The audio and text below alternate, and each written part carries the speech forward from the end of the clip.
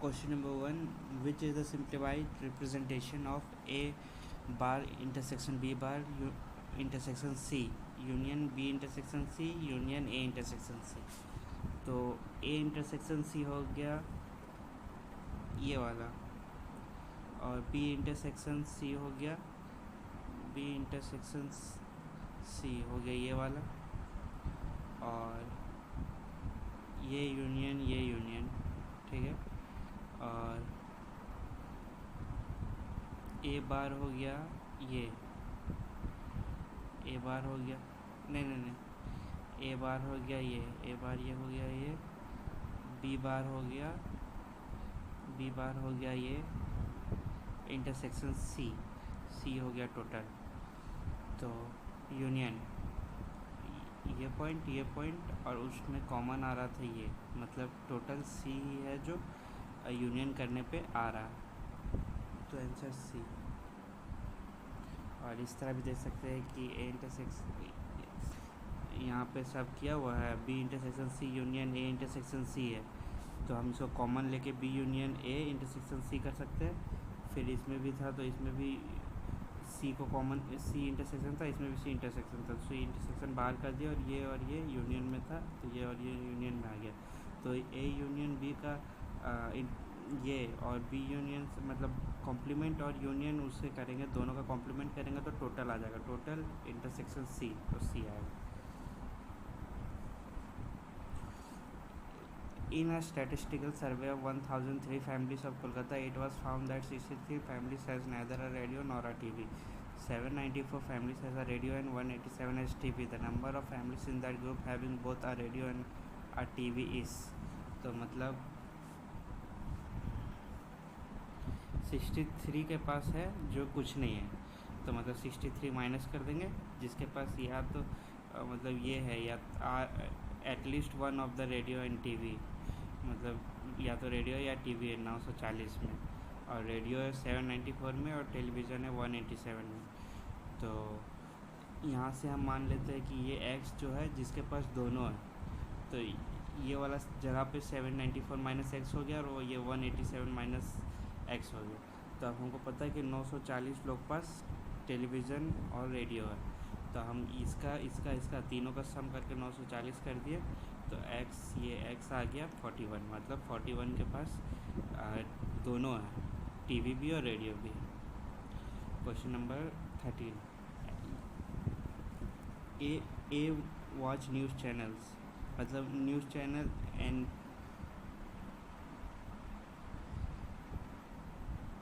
A be the number, जो N A जो है 63 न्यूज़ चैनल्स है, और इंटरटेनमेंट चैनल होता है 76, ठीक है। तो if X% of people watch both, तो बोल रहा है कि अगर दोनों जो वॉच कर रहा है, तो मतलब मान लेते हैं कि 100% टोटल होगा, तो 100 से कम ही होगा ये, तो हम n A plus n B, n A union B है लेस देन 100 है, तो n A plus n B minus n A intersection B लिख सकते हैं इसके बदले। एन ए और एन बी हमको पता है, हमको जानना है कि ये एन ए इंटरसेक्शन बी क्या है, तो एक्स जो है ग्रेटर देन 39, यहाँ से अगर 100 से तो कम से कम ही होगा ना, यूनियन करेंगे तो मतलब इक्वल टू या लेस होगा, 100 से कम होगा या इक्वल होगा, तो ये हमेशा इक्वेशन अप्लाई कर सकते हैं। तो आया मेरे पास रिज़ल्ट x जो है 39 से बड़ा होगा, 39 से बड़ा होगा, और हमेशा जो है ये दोनों के एन ए और एन बी का जो मिनिमम होता है उससे कॉमन होगा। जैसे कि मान लेते हैं कि एक 63 और एक 76 है, तो 76 में तो पता है 63 जो मिनिमम है उसी में से पता चलेगा कि दोनों देखने वाला होगा। 76 तो मैक्स है, तो 76 में 63 जो है वो दोनों जो माइनस जो बिटवीन है वो दोनों के बीच में, वो तो देखता नहीं है, तो 63 से ही निकालेंगे, मतलब 63 से ही कम होना चाहिए, तो 39 से बड़ा और 63 से कम। ये क्वेश्चन ऐसे ही सॉल्व करते हैं कि मतलब एक ऐसे 100 से इक्वल या लेस करते हैं, और जो ए इंटरसेक्शन बी है उसको एक्स ले लेते हैं, और NA/NB रहेगा तो x आ जाएगा ये रिलेशन में, और वो जो 63 और 76% दिया है दोनों में से जो कम रहेगा उससे कम कर लेते हैं, दोनों में से जो कम रहेगा उससे कम, तो मतलब ये रहा आंसर 4.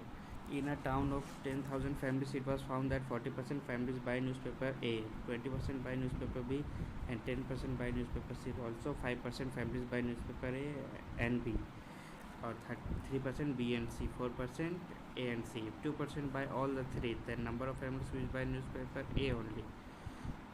तो हमको NA/A/B/C पता चल गया, और A intersection B, B intersection C intersection A हमको पता चल गया. तो अब हमको जानना है कि केवल जो A लेता हो, तो ये हमको 2% सब हमको जो दिया हुआ था वो लिख दिया इसमें. अब हमको जानना है कि B भी ना ले, C भी ना ले, बस A ले. तो इसके लिए हम ये लिख सकते हैं. अब कॉम्प्लीमेंट को कॉमन लेते हैं, B कॉम्प्लीमेंट C कॉम्प्लीमेंट को अगर हम कॉमन लेके कॉम्प्लीमेंट लिखेंगे तो B यूनियन C का कॉम्प्लीमेंट हो जाएगा. हाँ, तो वो ये हो गया. अब हम इसमें माइनस करेंगे कि NA minus NA intersection B union C, ये हो गया. फिर इसको हम ऐसे बाहर निकालेंगे यूनियन से, तो ये हो गया. जैसे कि ये होता है ना कि NA B union C plus NA B union C का कॉम्प्लीमेंट हो जाएगा NA के बराबर. मतलब एक में NA इंटरसेक्शन है B यूनियन C, और एक में NA इंटरसेक्शन है B यूनियन C का कॉम्प्लीमेंट से. तो दोनों को अगर हम ऐड करेंगे तो आएगा NA. तो आया NA से इससे माइनस कर देंगे तो आ गया ये. फिर इसको कॉमन लिया, फिर ये लिए, फिर ये इसमें इसको x और इसको y लेंगे, तो ये NA plus NB minus NA intersection union है तो इंटरसेक्शन हो जाएगा. तो फिर सेम जैसे कि होता है ना A यूनियन B को हम लिख सकते हैं A plus B minus N intersection B. तो उसी को ये दो ले लिए हैं और ये अलग अलग किए, फिर हो गया. फिर जो जो हमको वैल्यू दिया हुआ था सब डाले और आ गया. ये -1 इधर है, इधर 0 रहना चाहिए. 1 है तो इसको हम पहले इधर लाए, -1 किए, ये 0 हो गया. और इसको क्रॉस मतलब LCM लेके क्रॉस मल्टीप्लाई किए, मतलब LCM लिए माइनस करने के लिए इसको इधर ले गए. फिर मल्टीप्लाई करके इधर नीचे भी मल्टीप्लाई करके ये आया, और सब काट के ये आ गया. फिर इसमें रहता है कि जो जो जिससे 0 बन रहा है उस सबको यहाँ पे रख देते हैं. तो 0 2 3 ये आ गया. अब हमको देखना है इक्वल टू का साइन है और लेस देन, और यहाँ पे सबसे पहले प्लस होता है, फिर माइनस प्लस माइनस, जो जो नंबर आता है उसमें प्लस होते जाता है. अगर ऑड पावर रहता है तो साइन चेंज होते जाता है. तो इक्वल टू का साइन है, मतलब ऊपर में जो रहेगा उसमें ये क्लोज ब्रैकेट लगेगा. तो आंसर आया मेरा माइनस वाला टर्म लेना है. तो माइनस इन्फिनिटी से 0 और इक्वल टू है, ऊपर में 0 है, जो ऊपर में रहेगा उसी में इक्वल टू का लगेगा, नीचे वाला पे नहीं रहेगा क्योंकि अनडिफाइंड हो जाएगा. वो इक्वल टू 0 नहीं होना चाहिए उसका फैक्टर. तो 0 आ रहा है तो इसमें क्लोज इंटरवल होगा, और फिर यूनियन 2 से 3 नीचे है तो इसमें हमेशा ओपन इंटरवल रहेगा. नीचे में कभी भी 0 नहीं होना चाहिए क्योंकि वो अनडिफाइंड कर देता है.